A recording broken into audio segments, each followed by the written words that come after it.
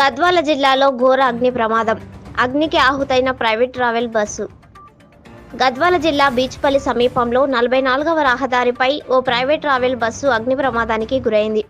బీచ్పల్లి 10వ బెటాలియన్ సమీపంలో హైదరాబాద్ నుంచి చిత్తూరుకు వెళుతున్న జగన్ వోల్వో బస్సు అదుపు తప్పి బోల్తా పడింది.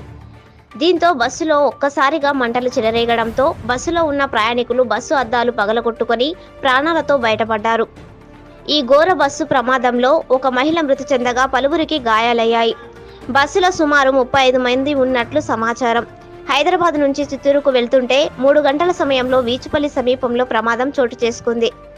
బస్సు పడిన మరుక్షణమే హైవే పెట్రోలింగ్ పోలీసులు, ఇటికేల మండలం పోలీసులు బస్సు ప్రమాద సంఘటన స్థలం వద్ద ఉన్న వారు ప్రయాణికులను కాపాడిన వైనం. బస్సు బోల్తా పడిన 2 నిమిషాల్లోనే బస్సులో మంటలు చెలరేగడంతో ప్రాణాలను గుప్పెట్లో పెట్టుకుని తలతో బయటపడిన ప్రయాణికులు. భారీగా చెలరేగిన మంటల్లో ప్రైవేట్ ట్రావెల్ బస్సు పూర్తిగా దగ్ధమైంది.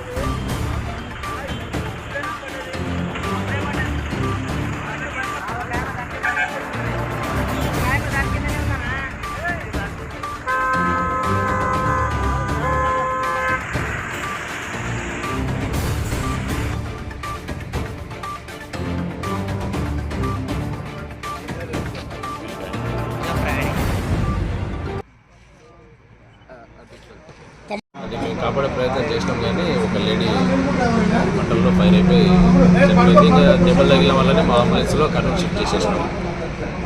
ఫైరింగ్ వచ్చి మంటల్ని అదుపు చేసేసాం. Thank you.